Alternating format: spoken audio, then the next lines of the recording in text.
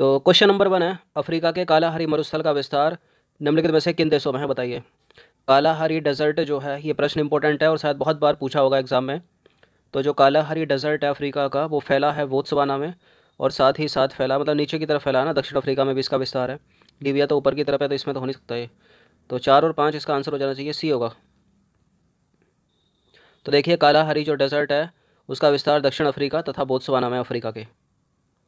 Question number 2 है, Africa के सबसे बड़े मरुस्थल सहारा का विस्तार निम्नलिखित में से किन देशों में है, बताइए। सहारा डेजर्ट के बारे में सभी ने सुना होगा, लेकिन प्रश्न यदि इस तरह से पूछ लिया जाता है कि जो विस्तार है सहारा मरुस्थल का वो अफ्रीका महाद्वीप के किन किन देशों में है, तो मोरक्को में ऊपर की तरफ है ना, ये तो मोरक्को में है, लीबिया में भी है, अल्जीरिया में है क्या, इसमें भी है, नाइजर में है क्या, देखिए इसमें भी है, ट्यूनीशिया में है क्या, इसमें भी है, तो सभी में है। तो इसका आंसर हो जाएगा ऑप्शन नंबर डी, 1 2 3 4 5। तो अफ्रीका का सबसे बड़ा मरुस्थल है सहारा मरुस्थल, जिसका विस्तार है उत्तरी अफ्रीका के माली में, मोरक्को में, अल्जीरिया, ट्यूनीशिया, लीबिया, नाइजर, चाड, सूडान और मिस्र तक फैला है वो। क्वेश्चन नंबर 3 है, अफ्रीका की कौन सी नदी विषुवत रेखा को 2 बार काटती है, प्रश्न इंपॉर्टेंट है, बहुत बार पूछा जा चुका है, पहले 2 बार मतलब प्रीवियस ईयर के पेपरों में। तो देखिए यह है अपनी पृथ्वी, बीच से एक रेखा खींच दी जाती है 0 डिग्री, इसको बोलते हैं इक्वेटर या भूमध्य रेखा। ऊपर का हो गया उत्तरी गोलार्ध, नीचे का हो गया दक्षिणी गोलार्ध, ये हो गया उत्तरी ध्रुव, ये हो गया दक्षिणी ध्रुव। तो इसकी बात कर रहा है यहाँ से नदी, इसको जायरे, जायरे जो है वो विषुवत रेखा को 2 बार काटती है। तो देखिए अफ्रीका की दूसरी सबसे बड़ी नदी है जायरे, जिसको कांगो भी बोला जाता है, प्रश्न में कांगो भी आ सकता है, तो इसको भी याद रखिए। तो कांगो जायरे एक ही बात है। यह अफ्रीका उच्च भूमि से निकलती है तथा अटलांटिक महासागर में गिरती है। यह विषुवत रेखा को 2 बार काटती है। उल्लेखनीय है कि स्टेनली तथा लिविंग स्टोन जलप्रपात जो हैं वो इसी पर स्थित हैं। क्वेश्चन नंबर 4 है, अफ्रीका की बहुउद्देशीय परियोजनाओं के संदर्भ में एक तरफ है नदी, उस दूसरी तरफ है परियोजना। जायरे के सामने ओवन परियोजना लिखा है, नाइजर के सामने सेन्नार परियोजना, श्वेत नील, देखिए नील 2 प्रकार की है ना, एक ब्लू नील और एक वाइट नील, तो श्वेत नील इनंगा परियोजना। अब बताइए इनमें से कौन सा जो है सही सुमेलित नहीं है, मतलब गलत सुमेलित है। तो यहाँ देख लिया कीजिए, इंपॉर्टेंट है कि यहाँ पूछा क्या है, सही नहीं है या सही है। तो देखिए जो जायरे नदी पर परियोजना है वो बनी है इनंगा, और जो श्वेत मतलब वाइट नील पर जो परियोजना है वो बनी है ओबन। तो 1 और 3 तो गलत हो गया, जहाँ जहाँ 1 और 3 है वो तो हो नहीं सकता। तो देखा जाए तो सारे के सारे गलत हो गए ये तो फिर। और नाइजर जो है उस पर सेन्नार परियोजना नहीं बनी है, कैंची परियोजना बनी है उस पर। तो कोई भी इनमें से सुमेलित नहीं है, सारे के सारे गलत सुमेलित हैं। तो इसका आंसर हो जाएगा डी। तो देखिए जायरे पर इरंगा परियोजना है क्योंकि उपरोक्त में से कोई भी सुमेल नहीं है, और श्वेत नील पे ओबन परियोजना है, नाइजर पे कैंची परियोजना है। उल्लेखनीय है कि अकोसोम्बो, उल्लेखनीय है कि अकोसोम्बो बांध बोल्टा नदी मतलब घाना पर है, और बोल्टा नदी कहाँ है, घाना में। और बांध के निर्माण से बोल्टा नामक कृत्रिम झील का निर्माण हुआ है, जो अफ्रीका की सबसे बड़ी कृत्रिम झील है। नील नदी के संदर्भ में निम्नलिखित कथनों पर विचार कीजिए। यह विक्टोरिया झील से निकलकर अटलांटिक महासागर में गिर जाती है, इससे होकर भूमध्य रेखा गुजरती है। श्वेत नील तथा नीली नील इसकी सहायक नदियां हैं, प्रमुख सहायक नदियां हैं। देखिए 2 प्रकार की नील है, एक ब्लू नील और वाइट नील, आगे जाकर मिल जाती हैं ये, तो करेक्ट है यहाँ पर। और इससे होकर विषुवत रेखा गुजरती है, ये भी करेक्ट है। विषुवत रेखा भी इधर से तो जा रही है ना, केन्या विन्या, तो यहाँ तो है ये। अब बाकी देखिए विक्टोरिया झील जो है, नील नदी जो है वो विक्टोरिया झील से निकलकर अटलांटिक महासागर में थोड़ी गिरती है, यूरोप अफ्रीका के मतलब इस साइड में, ये तो इधर ही गिर जाती है ना, तो मेडिटेरियन में गिरेगी, भूमध्य सागर में। तो पहला गलत है। क्या एक से इसका आंसर निकल सकता था, बिल्कुल इसका आंसर हो जाएगा ऑप्शन नंबर बी। तो एलिमिनेशन का बहुत बड़ा योगदान होता है पीसीएस की परीक्षाओं में, पीसीएस स्तर की परीक्षाओं में और यूपीएससी की परीक्षाओं में। तो देखिए विक्टोरिया झील से निकलकर भूमध्य सागर में गिरती है ये, इसने गलत हो गया पहला। विक्टोरिया झील अफ्रीका की सबसे बड़ी झील है और इससे होकर भूमध्य विषुवत रेखा जो है वो गुजरती है, इसमें दूसरा भी सही है। और युगांडा, इथोपिया और ये सन सूडान से होकर बहती है। और देखिए श्वेत नील तथा नीली नील इसकी प्रमुख सहायक नदियाँ, इसमें तीसरा भी सही है। और मिस्र का जो असवान बांध है वो इसी नदी पर बनाया गया है, याद रखिएगा। अफ्रीका के निम्नलिखित में से कौन सी झील सबसे दक्षिण में है, अफ्रीका की इन झीलों में कौन सी सबसे दक्षिणतम होगी, नसीर, ताना, विक्टोरिया या फिर अबाया, बताइए। देखिए इनमें सबसे दक्षिणतम होगी विक्टोरिया झील। तो अफ्रीका में स्थित झीलों का उत्तर से दक्षिण की ओर यदि क्रम देखा जाए तो नसीर झील सबसे उत्तर में, उसके नीचे आओगे तो ताना झील, उसके नीचे अबाया झील, अबाया झील के नीचे विक्टोरिया झील, और विक्टोरिया झील के नीचे है नासा झील। यदि भूगोल के प्रश्न आप बना रहे हो तो मैप आपके दीवार पे होना चाहिए सामने, या फिर एटलस खरीद लीजिए जिनके पास नहीं है। 7वां प्रश्न है, अफ्रीका के संदर्भ में कुछ स्टेटमेंट है यहाँ पर। अफ्रीका का एटलस पर्वत मोड़दार पर्वत है, और क्लिमंजारो तथा केन्या ज्वालामुखी पर्वत हैं। तो एटलस माउंटेन मोड़दार पर्वत है, करेक्ट है, और क्लिमंजारो तथा केन्या ज्वालामुखी पर्वत है, ये भी करेक्ट है।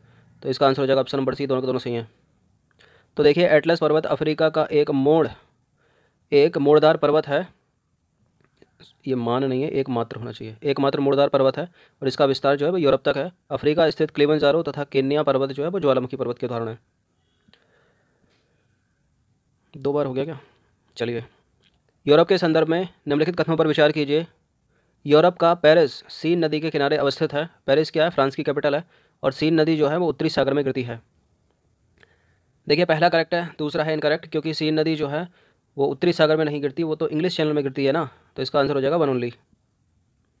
तो यूरोप का पेरिस जो है वो सीन नदी के किनारे स्थित है। उत्तर प्रदेश पीसीएस का फेवरेट प्रश्न, बहुत बार पूछा है। सीन नदी जो है वो इंग्लिश चैनल में गिरती है, ना कि उत्तरी सागर में, इसलिए एक सही है, 2 गलत है। निम्नलिखित कथनों पर विचार करना है। रोन नदी आल्प्स पर्वत से निकलकर भूमध्य सागर में गिरती है, मतलब मेडिटेरियन में गिरती है। और यूराल नदी जो है वो कैस्पियन सागर में गिरती है। करेक्ट है, इंटरचेंज कर दूं? देखिए करेक्ट है बिल्कुल। रोन नदी जो है वो आल्प्स माउंटेन से निकलकर भूमध्य सागर में गिरती है और यूराल नदी जो है वो कैस्पियन सागर में गिरती है। तो दोनों के दोनों सही हैं, तो सी हो जाएगा इसका उत्तर। तो देखिए जो रोन नदी है वो आल्प्स पर्वत से निकलकर जेनेवा झील से होते हुए भूमध्य सागर में गिरती है, पहला करेक्ट है।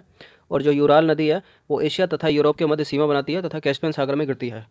तो इसका आंसर हो जाएगा 1 और 2, दोनों यहाँ पर सही हैं। निम्नलिखित में से कौन सही सुमेलित नहीं है? कोई एक जो है सही सुमेलित है, 4 4 हैं, तो 3 यहाँ सही सुमेलित होंगे और एक जो है सही सुमेलित नहीं होगा। अपने को इसी को खोजना है। तो गैरान नदी फ्रांस में बहती है, एल्ब नदी जर्मनी में बहती है, नीस्टर नदी यूक्रेन में बहती है और डान नदी फ्रांस में बहती है। कौन सा काटें इसके अंदर? तो गैरान नदी फ्रांस में बहती है, करेक्ट है। नीस्टर यूक्रेन में बहती है, करेक्ट है। डॉन फ्रांस में नहीं बहती, डॉन तो रूस में बहती है ना। एल्ब जर्मनी में बहती है, करेक्ट है।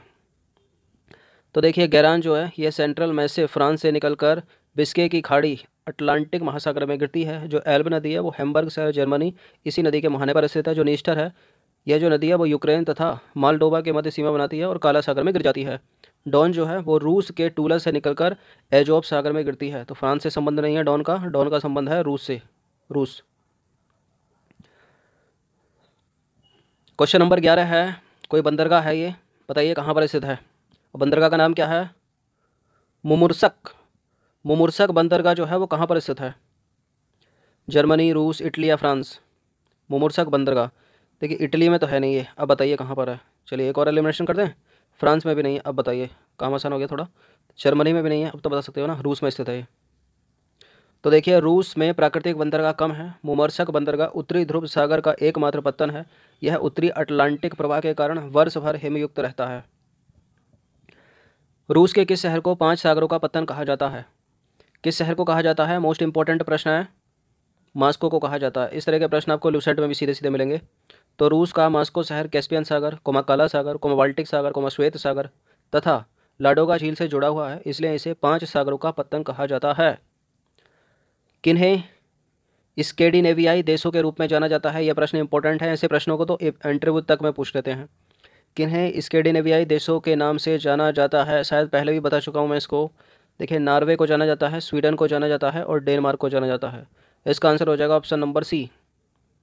तो नॉर्वे, स्वीडन, डेनमार्क को सम्मिलित रूप से स्कैंडिनेवियाई देशों के नाम से जाना जाता है। इसके अलावा फिनलैंड हो गया, आइसलैंड हो गया, फेरो द्वीप, यदि इसमें मिल जाएं तो इनको नॉर्डिक देश के रूप में जाना जाता है। क्वेश्चन नंबर 14 है, यूरोप की सबसे लंबी नदी कौन सी है? आसान सा प्रश्न और मोस्ट इंपॉर्टेंट, कौन सी है? बोल्गा नदी। यूरोप की सबसे लंबी नदी कौन सी? बोल्गा नदी। तो बोल्गा यूरोप की सबसे लंबी नदी है। ये कैस्पियन सागर में गिरती है, मोस्ट इंपॉर्टेंट है, याद रखना, कैस्पियन सागर में गिरती है। यह नदी बलदाई पहाड़ी से निकलती है। अक्का, कामा, ऊझा इसकी प्रमुख सहायक नदियां हैं। बोल्गा नदी की घाटी गेहूं के उत्पादन तथा इमारती लकड़ी के उद्योग के लिए प्रमुख क्षेत्र है। इसकी एक एक लाइन मोस्ट इंपॉर्टेंट है, अलग से प्रश्न बनाएगा एग्जामिनर। सबसे ज़्यादा गलत करवाता है यहाँ, यहाँ दे देता है वो क्या? भूमध्य सागर, जबकि गिरती है कैस्पियन सागर में। किन राजधानियों से होकर डेन्यूब नदी गुजरती है? जो पेरिस है वो तो सीन नदी के किनारे है, तो ये तो हो नहीं सकता भाई, एक को हमको एलिमिनेट करना पड़ेगा। इसका उत्तर हमको 2 और 3 मारना पड़ेगा, वियना और बेलग्रेड। तो इसका आंसर हो जाएगा ऑप्शन नंबर सी। इसका उत्तर सी है भाई, क्योंकि Bucharest Romania, Belgrade Yugoslavia, Budapest Hungary, Bratislava Slovakia और वियना ऑस्ट्रिया। डेन्यूब नदी जो है वो यूरोप की 5 राजधानियों से गुजरती है और ये 5 देश और उनकी राजधानियाँ ये हैं बुखारेस्ट, बेलग्रेड, बुडापेस्ट, ब्राटिस्लावा और वियना। क्योंकि पेरिस तो सीन नदी के किनारे है ना, ये तो सभी को पता है। तो सी है इसका आंसर, 2 और 3 केवल। चलिए आइए 60 नंबर पर आते हैं। निम्नलिखित कथनों पर विचार कीजिए। एल्ब्रुस जो है वो रूस का सबसे ऊंचा पर्वत शिखर है और इससे वक्सान, कुबान तथा मलका नदियाँ निकलती हैं। बिल्कुल करेक्ट है दोनों के दोनों स्टेटमेंट। नीचे देख लीजिए, पूछा सही है या सही नहीं है। तो देखिए, काकेकस पर्वतमाला पर स्थित एल्ब्रुस जो है वो रूस का सबसे ऊंचा पर्वत शिखर है। इससे वक्सान, कुबान तथा मलका नदियाँ निकलती हैं और हालांकि यह एक मृत ज्वालामुखी है, फिर भी वैज्ञानिकों का मानना है कि इसके नीचे मैग्मा का भंडार अवस्थित है। क्वेश्चन नंबर 17 है। निम्नलिखित कथनों पर विचार कीजिए। दो स्टेटमेंट है यहाँ पर, बताना कि कौन सा सही होगा इनमें। इटली की राजधानी रोम इल्व नदी के किनारे स्थित है और पो नदी को इटली की गंगा कहा जाता है। अगर ल्यूसेंट पढ़ी होगी तो क्वेश्चन नंबर 17 को करेक्ट कर जाओगे। पो नदी को बिल्कुल इटली की गंगा कहा जाता है, करेक्ट है। लेकिन इटली की राजधानी जो रोम है वो इल्ब नदी के किनारे पर नहीं है, वो तो टाइबर नदी के किनारे है ना। Tiber, Tiber. तो इसका आंसर हो जाएगा केवल दो। तो देखिए, इटली की राजधानी रोम जो है वो टाइबर नदी के किनारे स्थित है, जबकि पो जो है, पो नदी को इटली की गंगा कहा जाता है। तो एक हो गया गलत, दो हो गया सही। क्वेश्चन नंबर 18 है। निम्नलिखित कथनों पर विचार कीजिए। तुरिन को इटली का डेट्रॉइट कहा जाता है और मैनचेस्टर यूनाइटेड किंगडम का प्रसिद्ध कपड़ा उत्पादक राज्य है। कपड़ा उत्पादक है या फिर ऑटोमोबाइल है? देखिए, फ्लिपकार्ट पे भी देखा होगा आपने, मैनचेस्टर यूनाइटेड कपड़ा क्लॉथिंग के लिए। और तुरिन को इटली का डेट्रॉइट कहा जाता है, ये भी करेक्ट है। तो दोनों के दोनों सही हैं, सी हो जाएगा इसका आंसर। तो तुरिन को इटली का डेट्रॉइट कहा जाता है और मैनचेस्टर यूनाइटेड किंगडम का प्रसिद्ध कपड़ा उत्पादक राज्य है। दोनों के दोनों सही हैं। क्वेश्चन नंबर 19 है। अमूर नदी किन दो देशों के बीच सीमा बनाती है? उत्तरी कोरिया और दक्षिणी कोरिया के मध्य बनाती है क्या? नहीं बनाती। पाकिस्तान अफगानिस्तान के मध्य बनाती है क्या? नहीं बनाती। भारत और रूस के मध्य तो कैसे बनाएगी? रूस और चीन के मध्य बनाती है, तो ये हो जाएगा इसका आंसर। तो देखिए, अमूर नदी जो है वो रूस और चीन के मध्य सीमा बनाती है। क्वेश्चन नंबर 20 है। जर्मनी के संदर्भ में निम्नलिखित कथनों में से कौन सा जो है वो सही नहीं है? राइन तथा रूर नदी के बीच का क्षेत्र कोयला उत्पादन के लिए प्रसिद्ध है। म्यूनिख कला तथा संस्कृति का केंद्र है।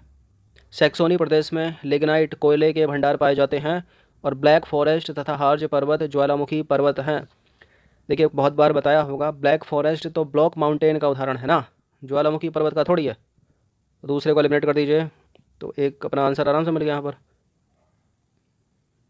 तो देखिए, ब्लैक फॉरेस्ट तथा हार्ज पर्वत ब्लॉक पर्वत के उदाहरण हैं, इसलिए सी हो गया गलत। तो 20 प्रश्न ऐड किए थे, इंपॉर्टेंट थे, हर दिन इनका रिवीजन करते रहिए।